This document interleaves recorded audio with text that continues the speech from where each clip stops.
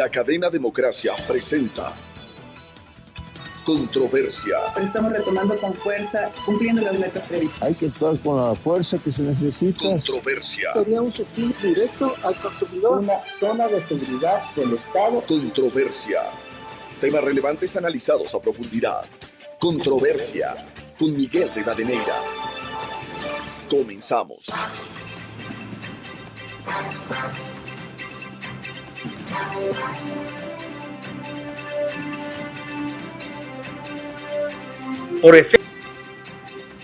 Un saludo cordial a los seguidores del programa Controversia en Escena a través de XFM, Democracia M y Democracia TV.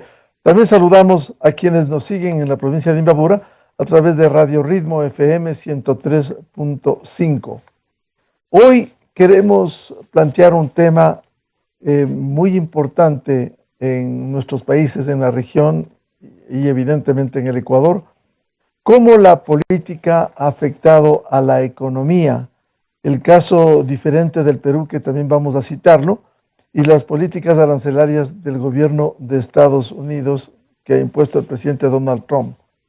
Una de las debilidades del Ecuador ha sido la inestabilidad institucional, que ha generado inseguridad jurídica, ciudadana y en todos los campos, pero la política ha sido nefasta porque se ha impuesto para dañar la economía y deteriorar la situación social.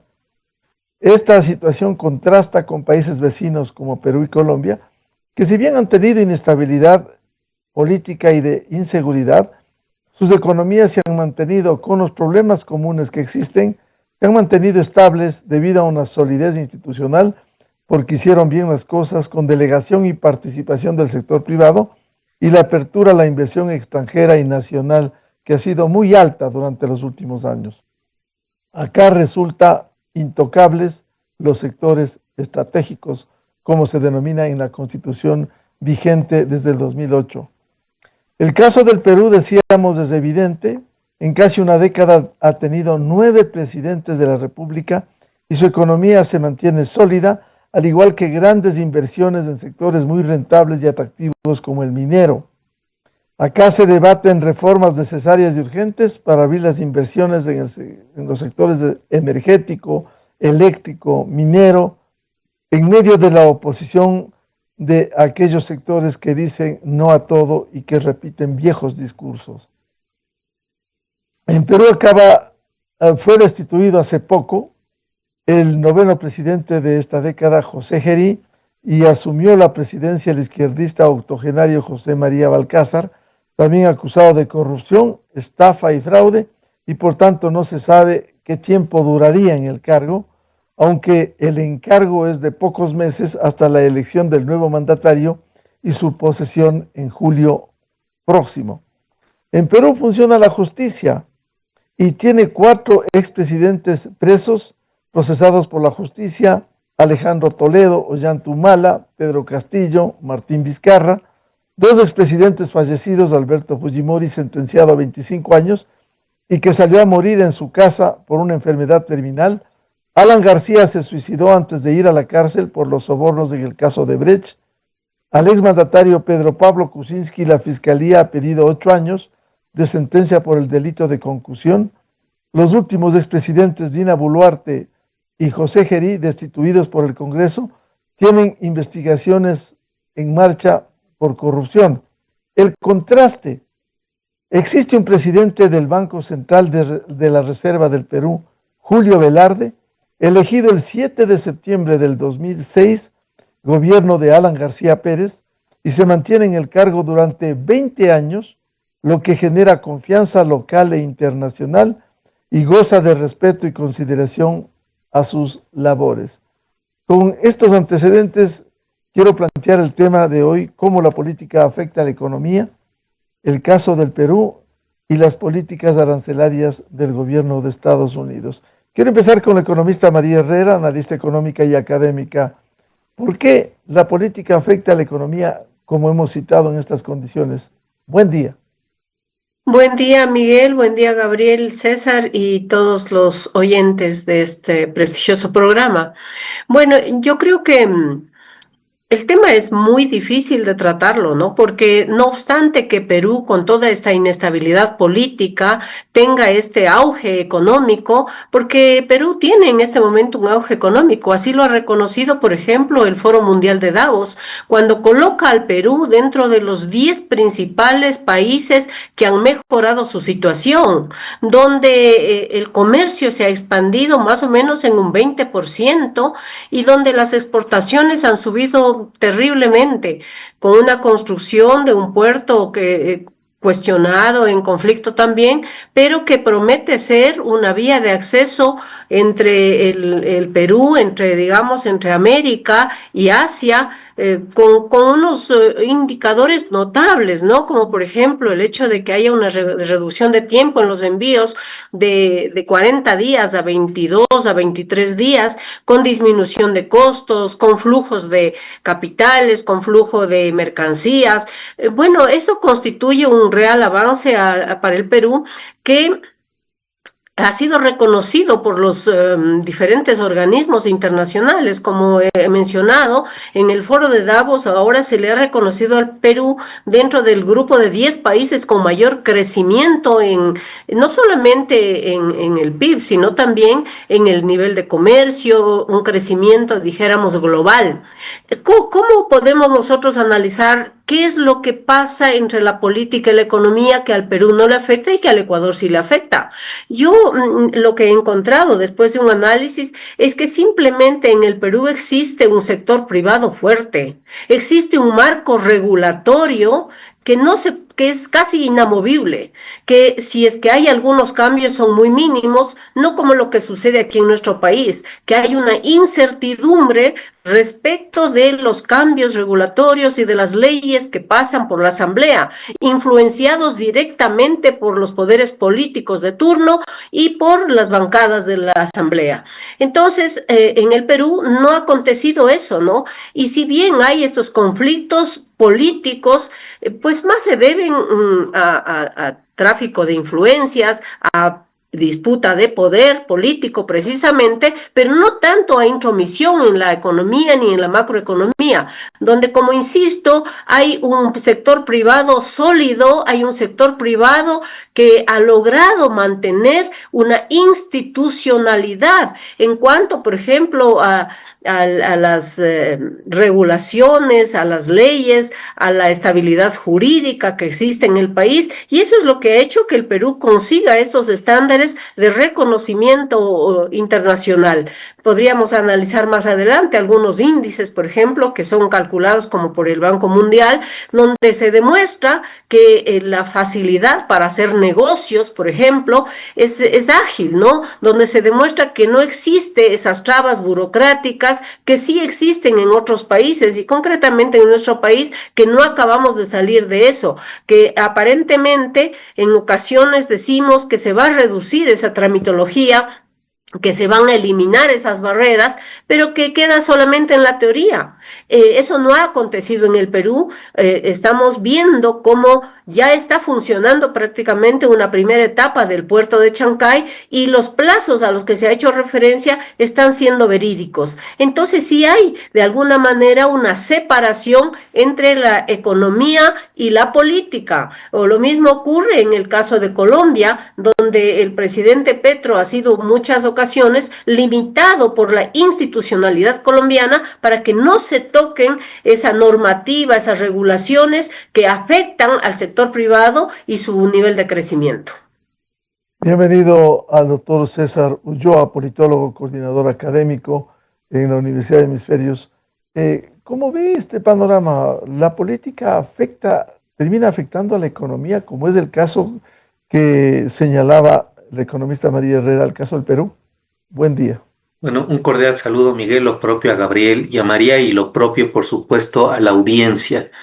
Yo quisiera precisar que en Perú hay un acuerdo multisectorial respecto de lo que significa la política económica.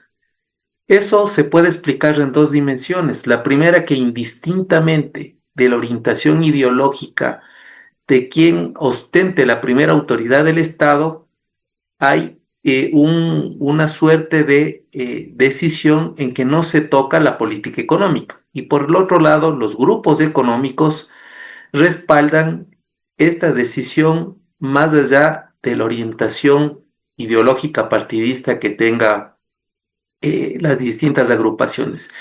¿Qué quiero decir con esto?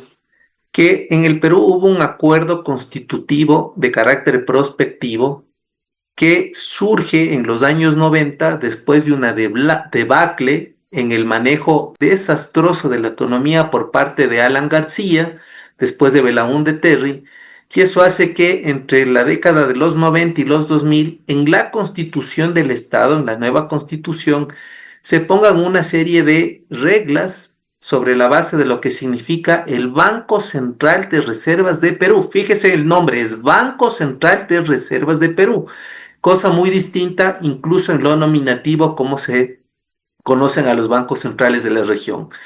¿Esto qué supuso? Que en la Constitución exista un proyecto, que exista unas reglas del juego, que exista una institucionalidad, que exista una manera de nombrar a los integrantes y al directorio del Banco Central de Reservas de Perú, y por otra parte que la Asamblea, como nosotros le conocemos allá Congreso, ratifique o no la decisión que el Ejecutivo de turno tiene. A ver, para explicar esto de mejor manera, cuando se cambia de gobierno en el Perú, es el gobierno el que envía al Congreso de Perú el nombre de los integrantes de quienes pueden ser parte del directorio del Banco Central de Reservas de Perú.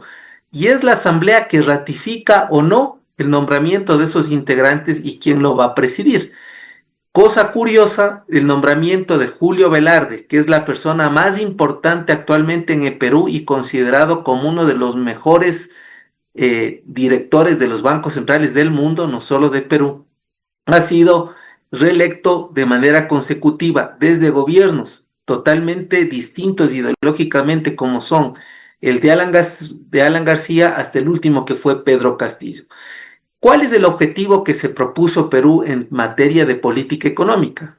La primera, indudablemente, era reducir la inflación. Al contar con política monetaria, ¿no es cierto?, el Banco Central de Reservas de Perú se concentra en lo que se conoce, ¿no es cierto?, en que no hay emisión inorgánica de dinero.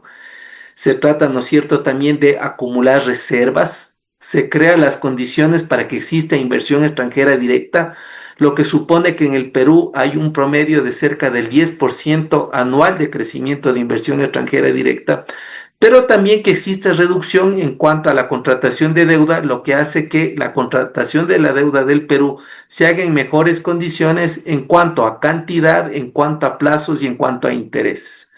¿Esto qué significa en la práctica?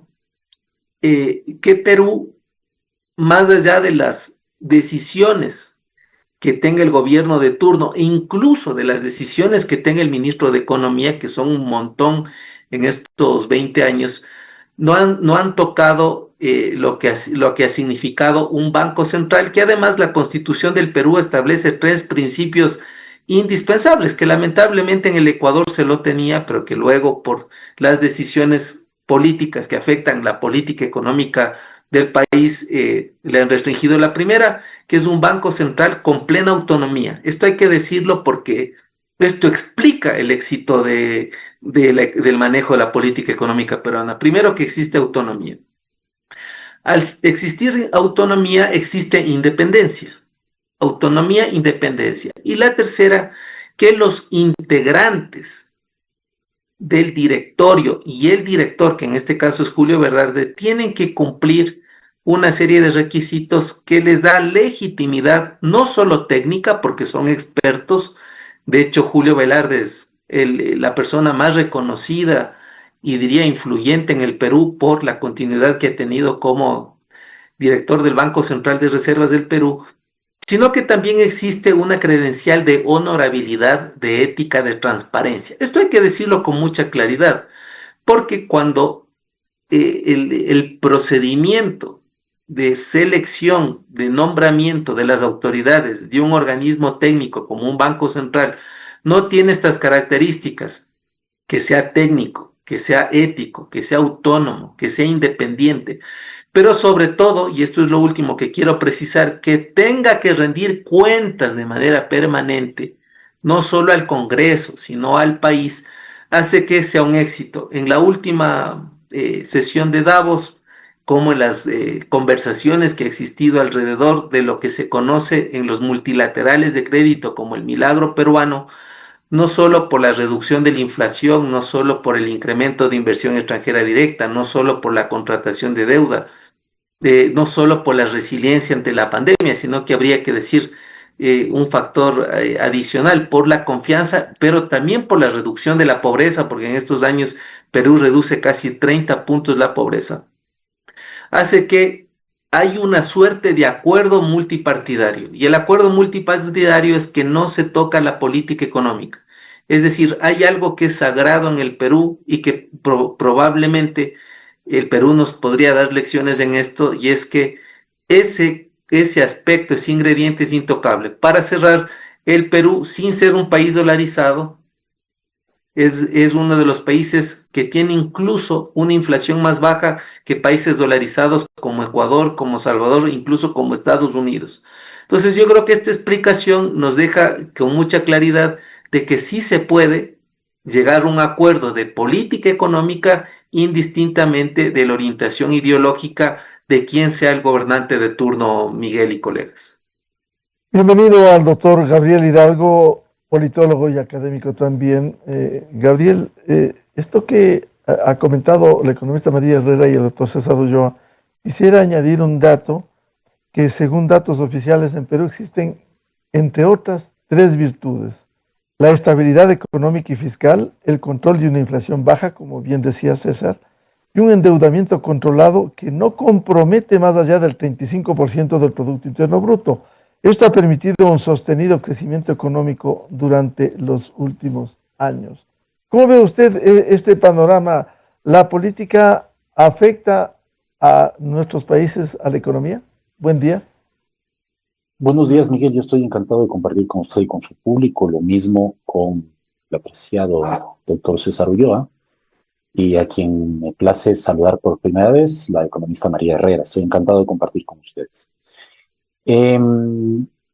Digamos, lo que está ocurriendo en el Perú contradice la concepción tradicional de la intersección que se produce entre la economía y la política. Es decir, desde los estudios de la política se ha dicho que la política configura la economía, mientras que desde la economía se ha dicho que es la economía la que configura la política, y no ha habido un acuerdo al respecto de esto. Y la anomalía del Perú demuestra, anomalía para nosotros, porque tenemos un banco central completamente distinto, demuestra que la economía y la política, como bien acaba de decir el doctor Ulloa, pueden operar paralelamente sin obstruirse. Es decir, pueden haber muchos presidentes y sin embargo el funcionamiento de la economía permanece estable. ¿De qué depende eso? Depende del diseño institucional y constitucional. Primero eso. El diseño del Poder Ejecutivo en Perú es incomparable con el del Ecuador. Podríamos decir que es un régimen semipresidencial. Es decir, tiene un presidente del Ejecutivo y además tiene un primer ministro. Es un ministro que es el superministro, el encargado del gabinete del ministro. Sí. Entonces, cuando por cualquier motivo se ausenta el presidente de forma temporal o definitiva, el Congreso tiene que nombrar a un reemplazante, pero la administración pública no colapsa. No colapsa. Es lo que ha sucedido sucesivamente en los últimos 10 años. Sucesivamente. Los últimos 10 años, bien lo ha dicho usted, Miguel, ha habido 9 distintos presidentes, pero la administración pública no se ha detenido. ¿Qué es lo que pasa con esa administración pública según la Constitución de 1993? ¿No? Para todo esto es una constitución fujimorista, expedida después de lo que muy bien acaba de mencionar César con respecto a la reforma política de la década del 90. Era una reforma que salía de la recesión y del shock económico provocado por sucesivos gobiernos en la década del 80 hasta llegar al 90, incluso el gobierno de Alan García. Luego Alan García reaparece, pero digamos, él provoca este tipo de inestabilidad económica y política y se produce un gran acuerdo entre las élites, primero para expedir esta constitución, aquellas que están vinculadas con el fujimorismo, y después de la vigencia de la constitución de 1993, distintos acuerdos interelitarios para defender la autonomía del Banco Central, para defender la estabilidad y defender la profesionalización en contra de lo que se puede considerar como la ideologización del Banco Central. Esto también contradice una teoría que empieza a ganar fuerza en el subcontinente, especialmente después de la victoria presidencial del presidente Milei en Argentina, de que los bancos centrales deberían eliminarse. No, no. Perú demuestra que un banco central sólido, profesional, técnico, puede incluso mantener la estabilidad política y económica de un régimen. Los actores internacionales, como bien acaba de decir María, ya no están mirando el funcionamiento interno de la política, eso es doméstico, están mirando el anclaje global en términos comerciales de Perú en el mundo. Es decir, no les interesa tanto si los presidentes van o vienen, sino si hay estabilidad económica. Y la hay. Como bien acaba de mencionar César, ¿no? Se expide la Constitución de 1993 y hay distintos procesos de, digamos, de saneamiento de lo que era un banco central con anclaje político, es decir, aquel que tiene que cubrir constantemente los déficits fiscales, ¿no? Y que está obligado a someterse políticamente digamos, las deudas políticas y circunstanciales de los gobiernos de turno. Entonces, hay distintos periodos. Me parece que está Valentín Paniagua, luego viene un director de apellido Silva, que ahora se me va el nombre, y después viene Velarde, ¿cierto? Velarde es nombrado en el 2006 por el propio Alan García, es decir, se da cuenta del error histórico que comete. Vamos a ver, es el delegado del presidente que luego tiene que pasar por distintos procesos de ratificación en el Congreso, ¿no? Y que, digamos, su origen es político. Pero, digamos, la diferencia es que de Velarde se permite, por el acuerdo interelitario al que estamos haciendo referencia, que tome distancia, no solamente formal y nominativamente, sino realmente del funcionamiento de la política. Él es el auténtico liderazgo institucional y el Banco Central del Perú es el auténtico baluarte de la estabilidad institucional del Perú, ¿no?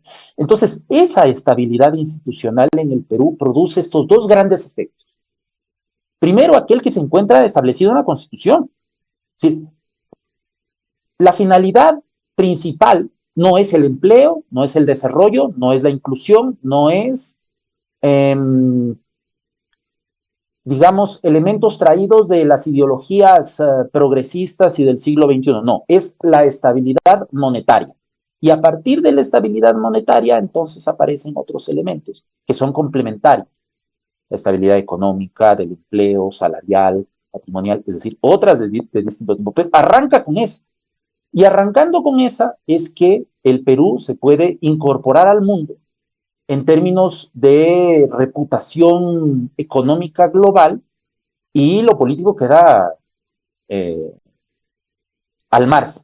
Bueno, no al margen en términos domésticos, pero sí al margen en términos globales. Para nadie es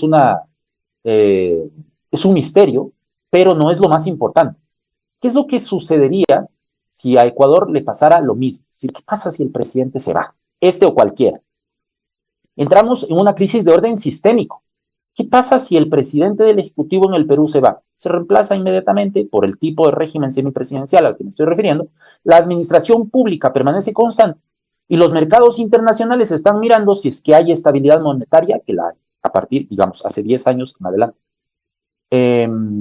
con Velarde a partir del 2006. Con lo cual, y con esto termino, la estabilidad que ocurre en estos términos, en términos monetarios, es institucional, es constitucional y es complementaria entre estas dos esferas, ¿no? Que no se sobreponen, que no compiten entre sí y que permiten que el Perú funcione como funciona actualmente. Los actores internacionales están mirando en el mundo, así como miran en el Ecuador la dolarización. Por eso es que ha sido tan nefasto que los políticos propongan desdolarizar. Porque, digamos, internamente, así como en el Ecuador tiene gran reputación la dolarización, en el Perú tiene gran reputación el Banco Central, ¿cierto? Y en el mundo entero se está mirando que hay este nivel de estabilidad precisamente porque las instituciones son predecibles en el tiempo y autónomas. Están al margen de las decisiones políticas circunstanciales, lo cual permite a los actores globales predecir el funcionamiento de la economía, por ejemplo, en el caso del Ecuador con la dolarización y en el caso del Perú con el Banco Central de la Reserva del Perú. Economista María Herrera, a ver, profundizando el tema económico, decía que según datos oficiales en Perú existen, entre otras virtudes, la estabilidad económica y fiscal, el control de una inflación baja efectivamente y un endeudamiento controlado que no compromete más allá del 35% del Producto Interno Bruto. Esto le ha permitido al vecino del sur un sostenido crecimiento económico durante los últimos años y que ha sido, insisto, sostenible. ¿Qué hacer para que un país no se vea afectado por la parte política? Bueno, como yo dije en mi primera intervención, el motor realmente del crecimiento del Perú ha sido el sector productivo. Y eso ha sido regularizado a través del Estado. Vamos a ver, por ejemplo, en el caso de Perú Petro, que es la empresa equivalente a lo que es aquí Petroecuador. Es una empresa de derecho privado, estatal de derecho privado. ¿Qué significa esto? Que funciona bajo la regulación del sector privado. Y solamente como regalías, por ejemplo, Perú Petro le ha dado al Estado peruano 1.600 millones en promedio los 2 últimos años. Eso es altamente significativo. Y así por el estilo, también el Ministerio de la Producción, que ha establecido todo un conglomerado de normas para generar confianza en el sistema. Pero creo que el sector privado ha jugado un papel fundamental. Como todos sabemos, por ejemplo, el Perú es un poliproductor de metales, produce oro, plata, zinc, estaño, plomo, cobre y obviamente en este momento tanto ha llegado a esa explotación minera que el Perú se ha convertido en uno del primer, segundo, tercer lugar máximo en América Latina. Por ejemplo, en América Latina, en todos, en oro, en zinc, en estaño, es el primer productor y solamente en plata y cobre es el segundo productor. Y a nivel mundial ocupa el tercero, el segundo, el cuarto puesto como máximo. Entonces eso significa que el sector productivo es realmente el motor de desarrollo. Yo estoy plenamente de acuerdo con César y con Gabriel que el Banco Central es totalmente sólido, totalmente firme y eso corrobora también con lo dicho. Ese es el marco institucional que puede generar confianza y que puede dejar el desarrollo para el sector productivo. Es lo que venimos diciendo aquí en el Ecuador. O sea, ¿cómo queremos solucionar problemas fundamentales y estructurales como el desempleo, como la confianza? ¿A través de qué? A través del sector productivo. Si no generamos inversión nacional o extranjera, no podemos generar empleo, porque el empleo no se genera del aire. Obviamente partiendo de esta institucionalidad. En cuanto a productos internos, a productos agrícolas, el Perú es ahora un gran agroproductor, ¿no? Entonces, por ejemplo, solamente a nivel de números, ellos están cultivando los arándanos. Y son ahora, en este momento, son el primer país exportador de arándanos al mundo. Una fruta que no se lo conocía hasta poquísimos años. Entonces, estamos hablando también de innovación, estamos hablando de alta tecnología o tecnología de punta, y eso por poner un ejemplo. Pero producen arroz, producen cebolla, maíz, papa, que tienen una cantidad como de 25 variedades, mandarinas, naranjas, chirimoyas, palma, caña, piña, plátano y muchos productos, ¿no? Y ya no lo producen solamente como materias primas, sino que se han convertido ya en productos procesados también y exportan al mundo esos productos. Hay un listado que publica la página del Perú, donde habrían más de 50 productos que se exportan más allá de 500.000 de toneladas al año. Es decir, que el crecimiento en bienes del Perú ha sido fenomenal. Todos nosotros estamos asombrados en lo que es la costa norte del Perú y que en el caso del Ecuador sería al sur del Ecuador. Todo eso que ha sido un desierto, ahora son desierto hasta 10, 15 años. Ahora son tierras cultivables. Ellos han aprovechado los ríos que están por ahí, tienen proyectos de riego, han aprovechado la tecnología y han convertido en zonas altamente productivas. Y no solamente, como indico, se han constituido en agroproductores, sino agrotransformadores, manufacturadores de muchos de esos productos con los cuales salen al mercado internacional. Y hablando ya de comercio, no se han quedado solamente en que Estados Unidos es el principal socio comercial de ellos. Ahorita ellos están exportando el 36% de su producción hacia Asia y concretamente hacia China. A decir del ministro, por ejemplo, de la producción de Perú, dice: Perú tiene que convertirse en el Singapur de América Latina. ¿Qué significa eso? Significa que tiene que haber alta eficiencia en la producción. Y esa producción pasa a ser competitiva, porque al aplicar tecnologías de punta, lo que hacen también es competir con precios. Y sabemos todos nosotros que en el comercio internacional lo que cuenta es la calidad versus los precios. Hemos hablado muchas veces, por ejemplo, aquí a nivel de país, y decimos que la dolarización nos hace a nosotros un país caro. Pero si nosotros vemos, por ejemplo, los salarios a nivel de América Latina, nosotros vemos que no solamente nosotros tenemos salarios de la magnitud que tenemos en dólares, ahora de $470. También lo tiene Costa Rica, también lo tiene Colombia y también tienen otros países, Chile también. Entonces, lo que no logramos, y haciendo una comparación con el Ecuador, es no logramos nosotros ser eficientes, ser competitivos, y sí lo ha logrado el Perú. Y sí lo ha logrado el Perú a través de esto que digo, una estabilización institucional, una separación de la economía con la política, pero sobre todo un sistema productivo serio, un sector productivo que, digamos, ha apostado por la producción de bienes y servicios.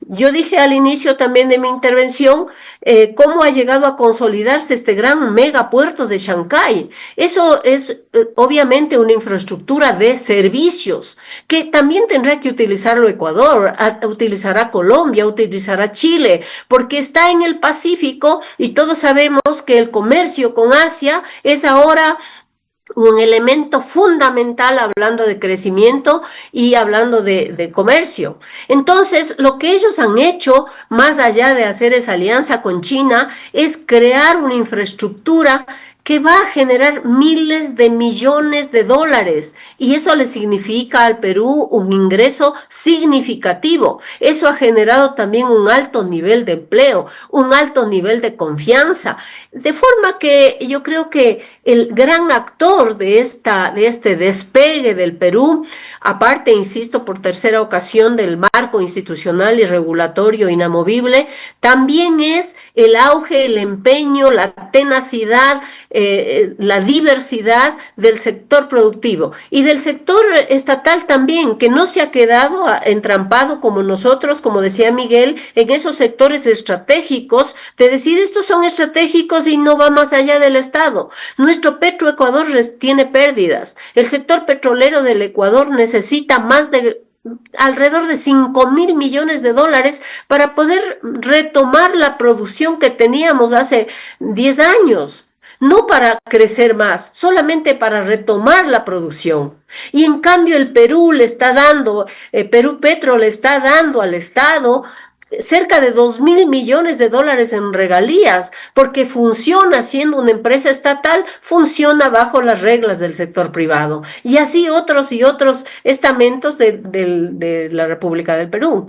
Entonces, yo creo que está muy claro, ¿no? Está muy claro. El Perú le ha superado ampliamente a Chile, que fue por muchos años considerado como la economía primordial de la región de América Latina, que fue considerado como un gran exportador de frutas básicamente y productos agrícolas. Hoy lo hace el Perú y lo hace pero superándolo además con innovación basada en la tecnología y basado en la competitividad, que como ya mencioné supone elevación de los estándares de calidad y disminución de precios. Así que también yo de pronto puedo decir que a veces en el Ecuador nos escudamos diciendo que el Ecuador es un país caro, que el Ecuador tiene, y poniéndonos propios obstáculos, cuando lo que debemos es trabajar tenazmente, aprovechar. Cierto es que el Perú tiene un mercado más amplio que el nuestro, pero todo depende del trabajo que hagamos.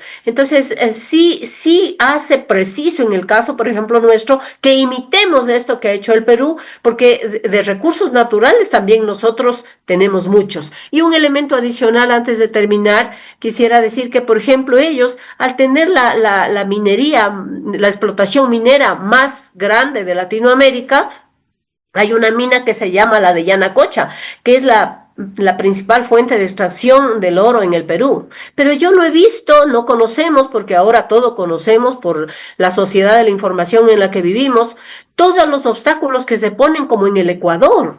Es decir, en el Ecuador siempre queremos desarrollarnos, queremos crecer, pero no queremos que se explote el petróleo. En una consulta negamos la explotación de Yasuní, no queremos que se exploten las zonas mineras. Entonces, ¿de dónde queremos que vengan los recursos? Perú sí lo hace, y Perú está convertido en el principal, como digo, productor y exportador de muchos de estos polimetales en América Latina y también en el mundo. Entonces, la cuestión es racionalizar el uso, explotar adecuadamente con tecnologías que hoy permiten minimizar el impacto ambiental y poder crecer, porque si no crecemos, no nos desarrollamos. Si no nos desarrollamos, no generamos empleo y la calidad de vida de nuestros pueblos sigue disminuyendo. Doctor César Ulloa, hemos hablado de la situación del Perú, que tiene una palabra fundamental: estabilidad económica, certidumbre, certezas, seguridad jurídica, a diferencia de la inestabilidad política. ¿Cómo lograr una sólida institucionalidad con acuerdos? Como usted mencionaba, Perú llegó a acuerdos que se han respetado en ese sentido. Porque en definitiva, este acuerdo multisectorial Por tenía favor, la el audio, claridad. César. En definitiva, este acuerdo tenía la claridad de constituir un proyecto. Y un proyecto significa, ¿no es cierto?, reglas del juego, un diseño institucional, significa recursos, pero sobre todo continuidad, que es lo más importante. Pero además, no solo quiere decir que las cosas debían girar alrededor de esa institucionalidad, sino que complementariamente hay un proceso de profesionalización de otras instituciones que suman al objetivo principal. Y aquí quiero yo referirme a 3 segmentos importantes en el Perú. La primera, que todo lo que tiene que ver con promoción, con publicidad, con atracción de inversión extranjera directa, con lo que supone poner la marca del país en otros lugares, viene de la mano con un trabajo denodado, muy profesional, muy técnico de su Cancillería, y eso habría que mencionarlo. Porque cuando uno mira el proceso de Perú en lo que significó la marca país de Perú, vemos que ningún presidente de los 9 que se han sucedido ha cambiado, por ejemplo, la marca país.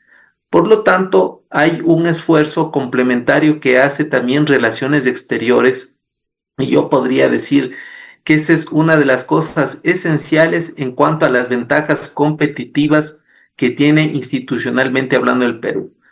La segunda, que indudablemente inunda de certezas, inunda de garantías, es dos instituciones. La una es la OMPE, que es la Organización Nacional de Procesos Electorales, lo que quiere decir que nadie pone en tela de duda lo que el pueblo de alguna manera manifiesta en las urnas, aun cuando se equivoque el pueblo. Y esto es importante decirlo, es decir, aun cuando se equivoque, hay las reglas del juego claras.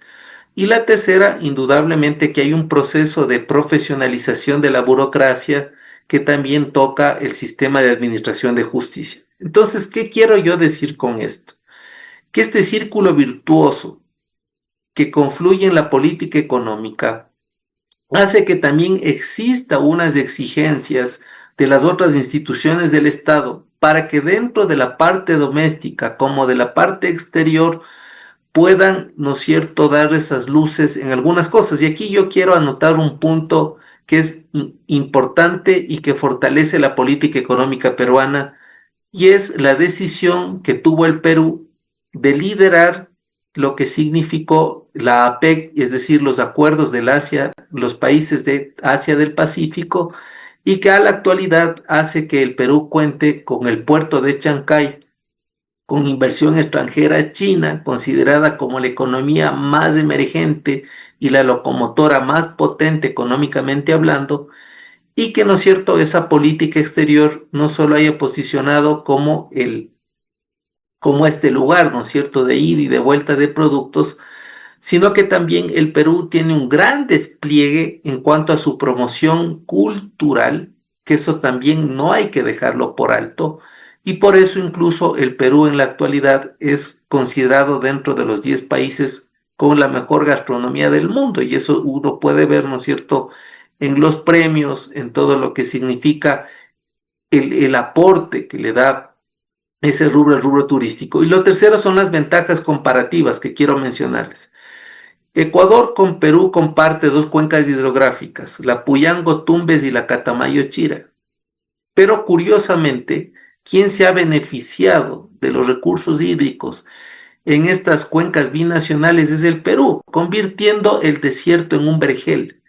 Y cuando uno, ¿no es cierto?, mira el despliegue económico, es decir, cómo el agua, ¿no es cierto?, que va del Ecuador, traspasa la frontera peruana y llega, solo por poner un ejemplo, al departamento de Piura o al departamento de Tumbes, se puede ver que hay un criterio, un objetivo, ¿no es cierto?, de aprovechar el máximo de los recursos que tiene este país. Eso también provocó en un momento dado que muchos empresarios ecuatorianos hayan movido sus capitales, hayan movido sus empresas, hayan movido sus intereses ecuatorianos al vecino país del Perú.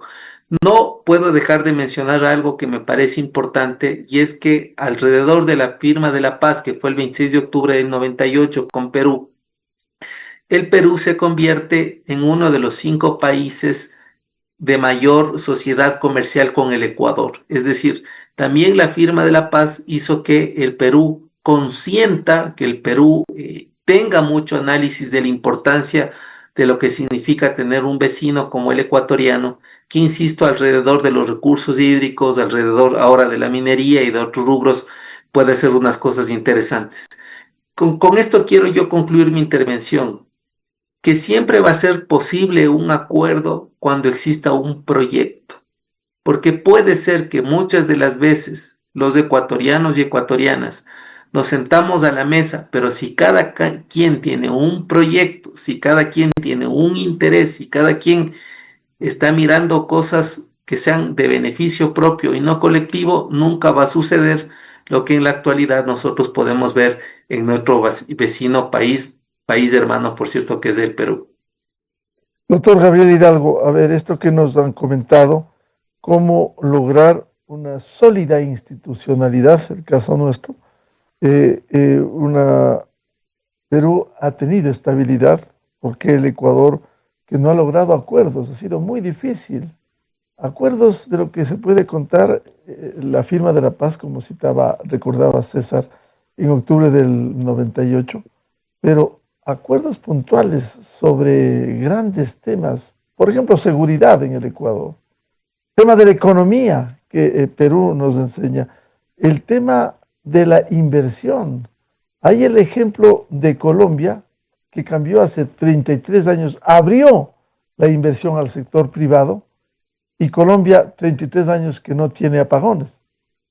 El Ecuador, al contrario, el 2008 lo que hizo es cerrar la inversión privada para dar paso al papá Estado que controle todo con un mandato constituyente. Y ahí están los resultados. La inestabilidad periódica, los sobresaltos que tenemos. ¿Cómo ve usted esto, doctor Hidalgo? A mí me gustaría recuperar algunas cosas que acaba de plantear César. Primero, por ejemplo, el acuerdo de Brasilia de 1998 impulsa la estupenda relación que actualmente disfrutamos con el Perú.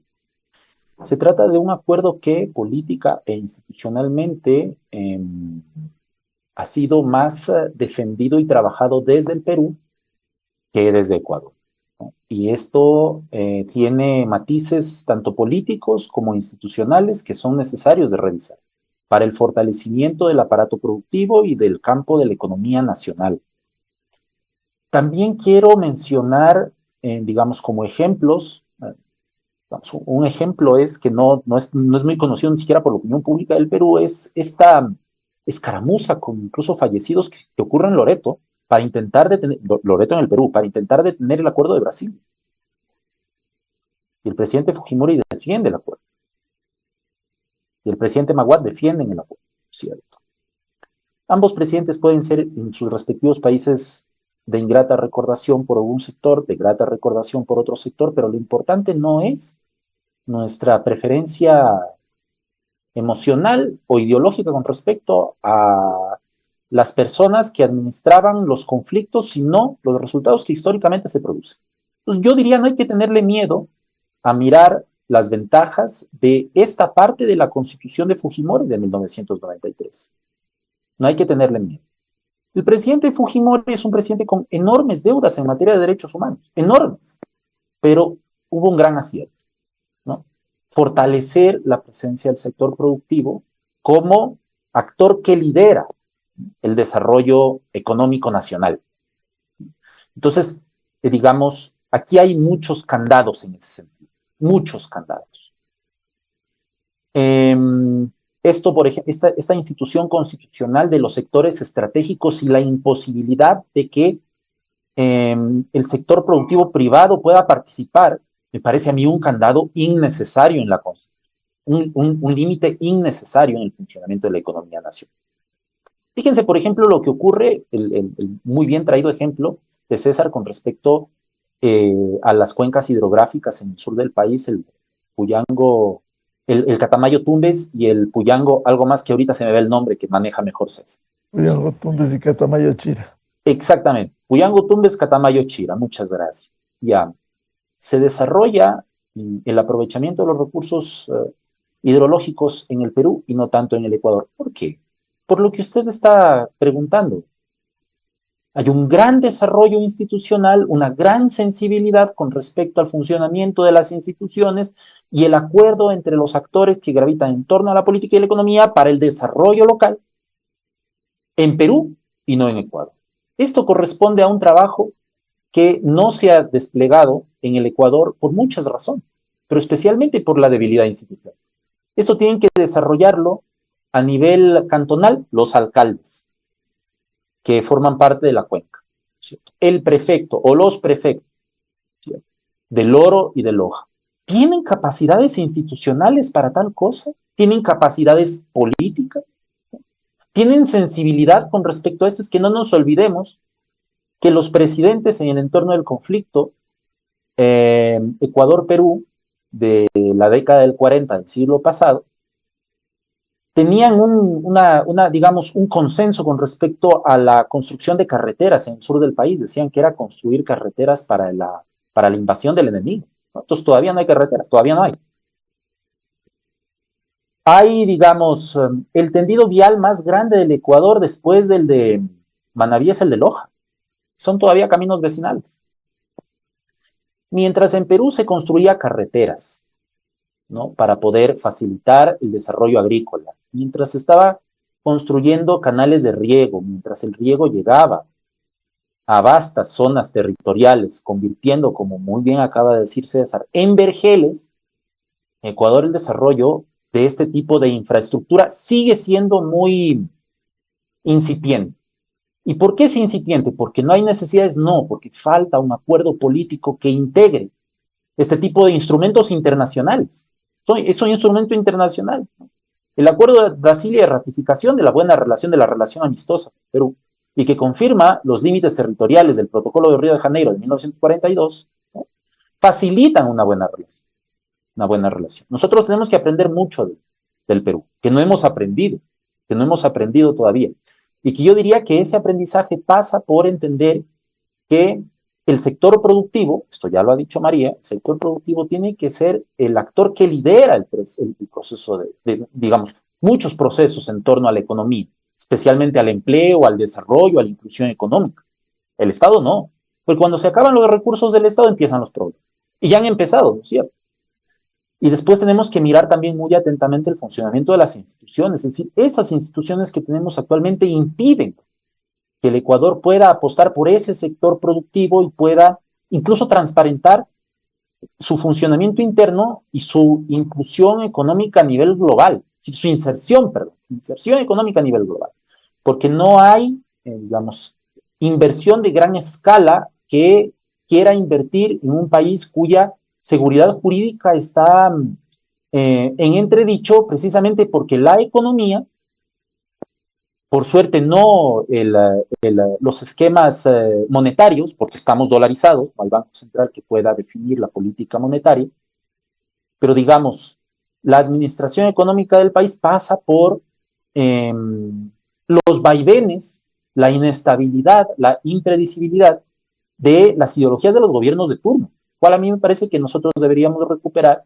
este tipo digamos, de comprensión de la naturaleza de las instituciones y su predecibilidad y, digamos, la importancia de este tipo de elementos para la economía, pero también las facilidades que ofrecemos a los actores internos y externos de la economía para poder participar en los procesos productivos internos.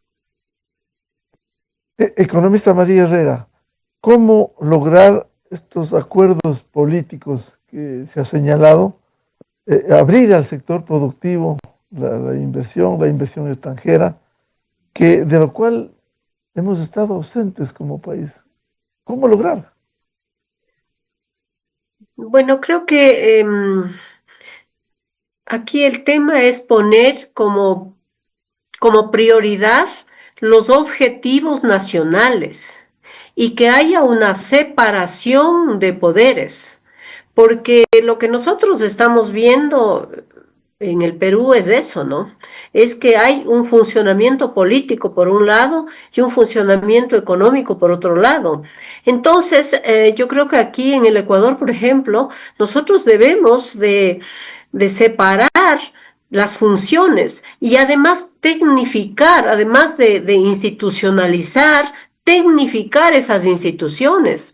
Hemos visto con grande pena, por ejemplo, que no solamente ahora, sino desde hace mucho tiempo, se viene manejando la justicia con intromisión de los otros poderes. Entonces, eso no puede suceder. ¿Por qué? Porque se pierde la confianza en el país. Y creo que ese es uno de las razones fundamentales también para que el Ecuador tenga este rezago a nivel internacional. Tenemos que recuperar esa confianza para que haya la inversión extranjera. Mire, por ejemplo, en el caso del Perú, nosotros sabemos que el Perú es productor de coca. Nosotros prácticamente no somos productores. Sin embargo, si nos fijamos en el ranking de países violentos, Ecuador está liderando el ranking de los países violentos de América Latina y el Perú está en el puesto número 10 o 12. Entonces, ¿qué significa eso? Que sí, que hay problemas similares, pero que las soluciones, las metas y los objetivos se han tomado como religión, se han tomado como rol principal. Entonces, si nosotros queremos, si un gobierno de turno quiere realmente lograr el desarrollo, debe actuar transparente y éticamente, tomando en cuenta estos objetivos. Vamos a priorizar lo que el país necesita, no lo que necesita mi gobierno, mi grupo, mi bancada o mis intereses personales o de grupo, que eso es lo que nos está sucediendo a nosotros y con mayor énfasis en esa temporada de algunos años atrás, ¿no? Entonces, claro, al funcionar las instituciones eficiente y técnicamente, se logran esos acuerdos de los que los colegas han hablado. ¿Por qué? Porque esos proyectos tienen que estar hechos sobre la base de las necesidades de la población, sobre la base de qué es lo que buscamos, de qué es lo que queremos. Y ahí pues va a facilitarse un poco, yo diría, la operatividad de estos mecanismos. Mientras que si nosotros vemos con desconfianza todo eso, y no solamente vemos, sino que sentimos que el manejo no es el adecuado, no es no tiene la transparencia que desearíamos, obviamente la población se vuelve un poco ajena a lo que está pasando en el país y cada uno no hace sino mirar su metro cuadrado. Entonces sí pienso que faltan unos lineamientos desde el gobierno para saber a dónde vamos y para tratar de ir hacia allá sin alejarse de los principios de transparencia, de legitimidad, de técnica, de tecnología, de todo aquello que nos garantice que vamos a conseguir esas metas. Ejemplos hay, estamos viendo ahora el Perú, ejemplos asiáticos de países como Corea del Sur, por ejemplo, donde hasta hace 25 años Corea del Sur era un país menos desarrollado que el Ecuador y hoy se encuentra liderando a los países en desarrollo, a los países emergentes. Es un gran ejemplo, como Singapur, que puso la educación en primer nivel y que fue hacia allá porque no tenía recursos naturales, no, sino que dijo, yo tengo que hacer de mi gente, de mi población, un recurso competitivo y lo hizo, demostrando al mundo. Entonces sí hay evidencias de las que podemos guiarnos y que podemos seguir, pero hay que tomar en cuenta, hay que aportar también, no solamente esperar lo que Miguel usted decía, que el papá Estado me dé, que me subsidie, que me considere ciertas amnistías, etcétera, etcétera, que ya están en desuso dentro de la economía y que hay que prescindir de ellas porque la cancha tiene que ser totalmente limpia para todos. Y un comentario, economista María Herrera, sobre los sobresaltos por los aranceles que ha impuesto a los países el presidente Donald Trump de Estados Unidos. Bueno, a pesar de que Estados Unidos ha tenido también un declive significativo y eso es visible a nivel mundial, yo creo que la resolución de la Corte de anular los aranceles impuestos por el presidente Trump también nos dan una muestra de institucionalidad de ese país que por mucho tiempo ha sido un gran referente para el mundo, obviamente, al constituirse en el primer país de referencia mundial. Y entonces yo creo que eso primero es impactante. O sea, estamos viendo cómo se le ha reducido esas limitaciones al Ejecutivo, no porque quieren hacerlo, sino simplemente porque no están siendo adecuadamente impuestas. Y segundo, pues yo creo que lo que ha tomado el presidente Trump ahora de disminuir, porque ya no puede considerarse esos aranceles que él puso, de poner un arancel plano a todos los países basado en otra normativa del 10% y que probablemente lleguen al 15%, aludiendo a otra normativa también, está bien, porque podemos jugar dentro de eso. Fíjese, Miguel y amigos, que en una encuesta que se hace a nivel de los Estados Unidos por una empresa bastante representativa, los aranceles no están como podría pensar el presidente Trump, reduciendo la capacidad exportadora de los países. La relación es 80-20. 20% están asumiendo los países como disminución, pero el 80% del costo está asumiendo la misma población de los Estados Unidos. O sea, el costo ha sido trasladado a los consumidores norteamericanos. Es decir, que cuando nosotros decimos que esos aranceles nos perjudican, sí nos perjudican. Vayamos a la realidad. realidad, pero no en la magnitud que se le ha querido demostrar. Entonces, vuelvo a lo mismo de antes, hay que ponerse objetivos y hay que superar eso como un obstáculo superable, no es imposible,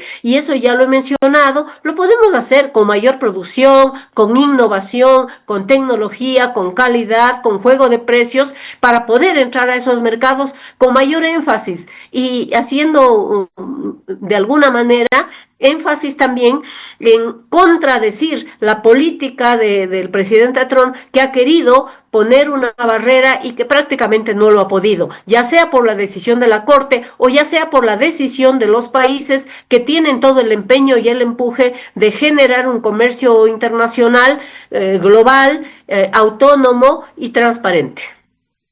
Doctor César Ulloa, ¿cómo fortalecer la institucionalidad en el Ecuador, luego de los ejemplos que se han analizado, Perú, Colombia y América Latina? Y también un comentario sobre los sobresaltos derivados de los aranceles impuestos por el presidente Trump. Bueno, solo es posible fortalecer la institucionalidad en la medida de que los actores políticos, en sindéresis con los otros sectores de la sociedad, lleguen a un acuerdo de cuál es el proyecto de país que queremos. Lamentablemente, el Ecuador vive una balcanización de intereses y eso hace que no sea posible la definición de 3 o 4 cosas. Por ejemplo, para mí el gran acuerdo nacional en este momento es el combate a la inseguridad y la violencia, porque un país que es considerado entre los más peligrosos del mundo, con tasas de muertes violentas por cada 100.000 habitantes que nos colocan sobre los 50, violento, no es un país atractivo, no es un país sugerente, no es un país en donde se pueda fijar, ¿no es cierto?, la inversión. Creo que esto además tiene que venir de la mano con una gran campaña de reiteración permanente, sistemática, de múltiples sectores, en el sentido de exigir a quienes por elección o por designación cumplen altas funciones del Estado y que lo hagan de manera bastante seria y responsable. Creo que algo que en el Perú se puede evidenciar en contraste con el Ecuador es que existe, vuelvo a decir, una perspectiva, es decir, hacia dónde se va llegando con los distintos actores que transitoriamente están en los gobiernos. En segundo lugar, yo creo que en el Ecuador ha habido mucha volatilidad, es decir, cada gobierno cambia las reglas del juego y eso hace que no seamos nosotros ni respetados ni tampoco atractivos para nadie. Porque en el caso, solo poniendo el caso del señor Julio Velarde, que orienta la política monetaria en el Banco Central de Reservas del Perú, él se ha mantenido desde el 2006 hasta la actualidad. Fíjense en que ahí hay un tema de continuidad, ahí hay un tema de notoriedad, ahí hay un tema de equipo, es decir, hay un equipo que va trabajando durante 2 décadas. Y la tercera, yo creo que también el Ecuador nos ha impedido llegar a un acuerdo por una mirada muy inmediatista. Creemos que una persona, una decisión, un recurso, un criterio va a cambiar todo de la noche a la mañana. Y lo que nos dice el señor Velarde es que él ha formado, ha cultivado, ha entrenado un equipo por 20 años, un equipo que además no ha estado exento de presiones, de críticas, pero que sin embargo le ha dado una posibilidad de continuidad y estabilidad. Y creo que lo tercero, en cuanto al tema arancelario, con uno de los países que también tiene una importante sociedad comercial con el Ecuador, como es Colombia, yo creo que fue una medida precipitada, porque el Ecuador y Colombia no solo que históricamente han tenido lazos de buena vecindad, sino que Ecuador y Colombia tienen lazos no solo de intercambio de balanza comercial, sino también de complementariedad en muchísimas cosas. Ya hay anuncios, ¿no es cierto?, de mucha preocupación por el sector ecuatoriano, de que debió procesarse las diferencias sobre la base de los mecanismos propios que la misma diplomacia comercial establece y no llegar a la ley del más bravo o a la ley del más fuerte. Y digo esto por una razón, porque el Ecuador tiene una balanza comercial negativa con Colombia. Pero claro, bajo este criterio que nosotros tenemos el primo o el compadre, que son los Estados Unidos, que puede apoyar una medida de estas características, pensamos que le íbamos a arrinconar a Colombia cuando esto no ha sucedido.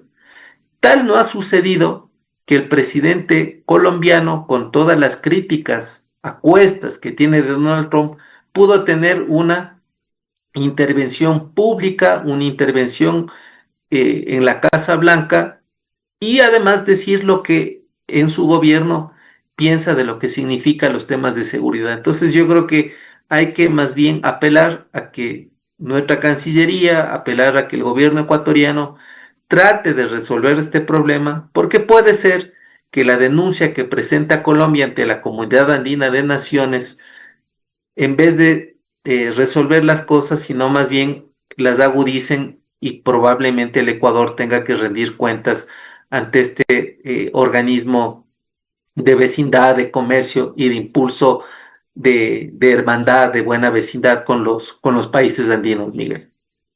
Doctor Gabriel Hidalgo, a ver estos dos temas, cómo fortalecer la institucionalidad en el Ecuador con los ejemplos que se ha puesto hoy y también en los sobresaltos por los aranceles.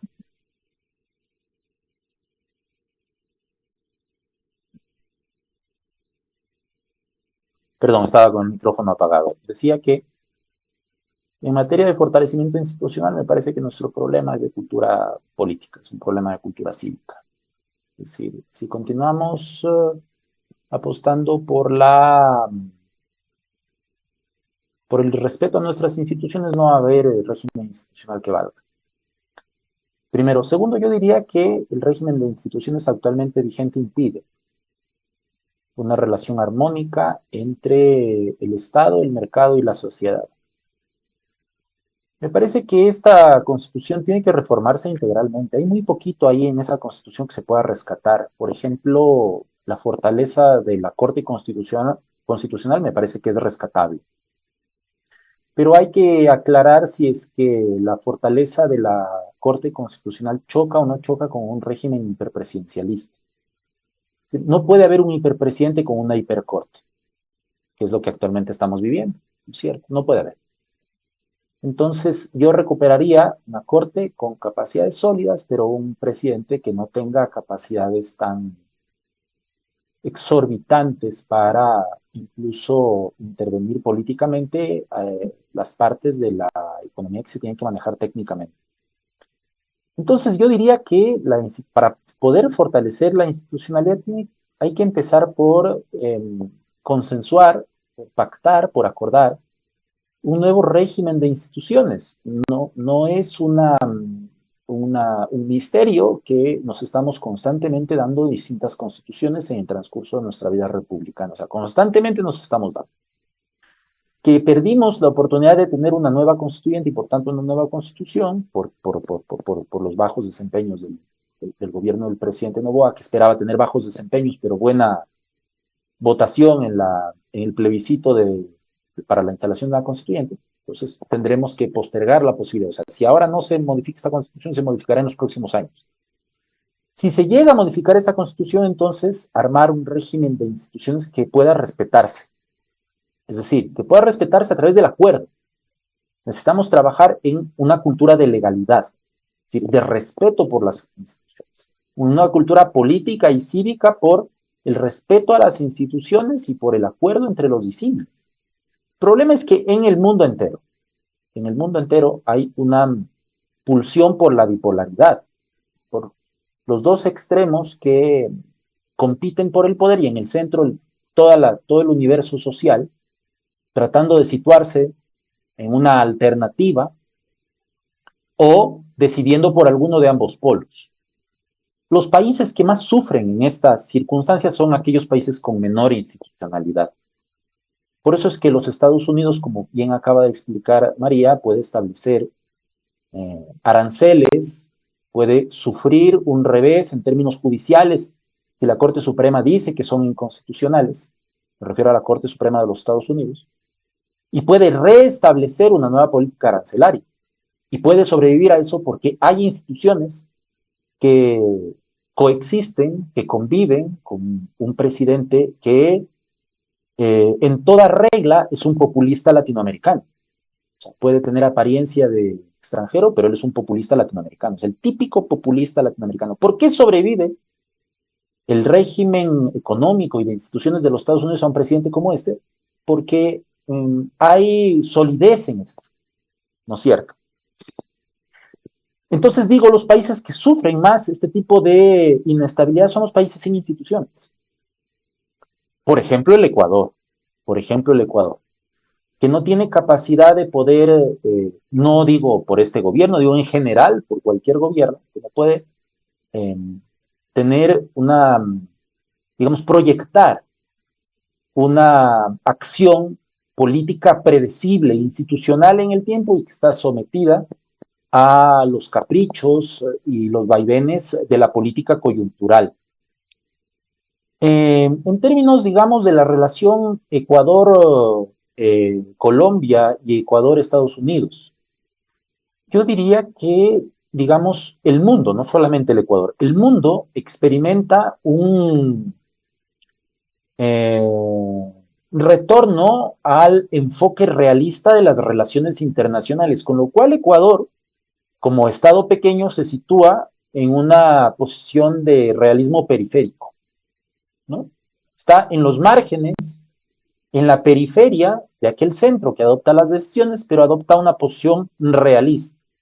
Esto puede tener consecuencias, y las tiene ya, porque en su relación con Colombia estamos hablando de un país que es una potencia media, en términos económicos, en términos militares, ¿no? En términos diplomáticos, es una potencia media. Con lo cual hay que esperar a ver. A mí me parece que el presidente Noboa, en una maniobra de orden diplomático, consigue estigmatizar al presidente Petro en Colombia como un actor que puede resultarle incómodo o inconveniente a Washington. Sí, bueno, eso temporalmente, pero en el largo plazo, ¿cómo esto puede perjudicar las relaciones comerciales entre ambos países? ¿Cómo le perjudica al Ecuador en términos de inserción económica internacional? ¿Cómo le perjudica eso al Ecuador en términos de la relación de cooperación entre estos dos países y con el resto de países del entorno subregional en la lucha en contra del narcotráfico y de las economías irregulares? Digamos, este tipo de maniobras a mí me parece que pueden resultar convenientes temporalmente, pero en el largo plazo resultan inconvenientes, con lo cual el realismo periférico también tiene que ser observado, o especialmente tiene que ser observado en términos de integración económica y de estabilidad institucional, que es, digamos, la preocupación digamos, que se encuentra formulada precisamente en su pregunta. Bien, yo quiero agradecer el aporte a este debate sobre cómo la política afecta a la economía, los ejemplos de Perú, Colombia, América Latina, y también la necesidad, como han dicho ustedes, de lograr acuerdos puntuales y fortalecer la institucionalidad en el Ecuador. Un gran desafío que tenemos, darle estabilidad como Perú, en el caso del manejo de la economía y del Banco Central Peruano, 20 años, y sigue allí un presidente como es el economista Julio Velarde. Muchas gracias por el aporte al economista María Herrera, analista económica y académica, al doctor César Ulloa, politólogo y coordinador académico, y el doctor Gabriel Hidalgo, politólogo y académico. Muchas gracias por su participación. Gracias Muchas también. Gracias. Mucho gusto. Muchas gracias. Con esto cerramos el programa Controversia en Escena a través de XFM, Democracia M y Democracia TV. También saludamos a quienes nos siguen a través de Radio Ritmo FM, provincia de Imbabura, 103.5.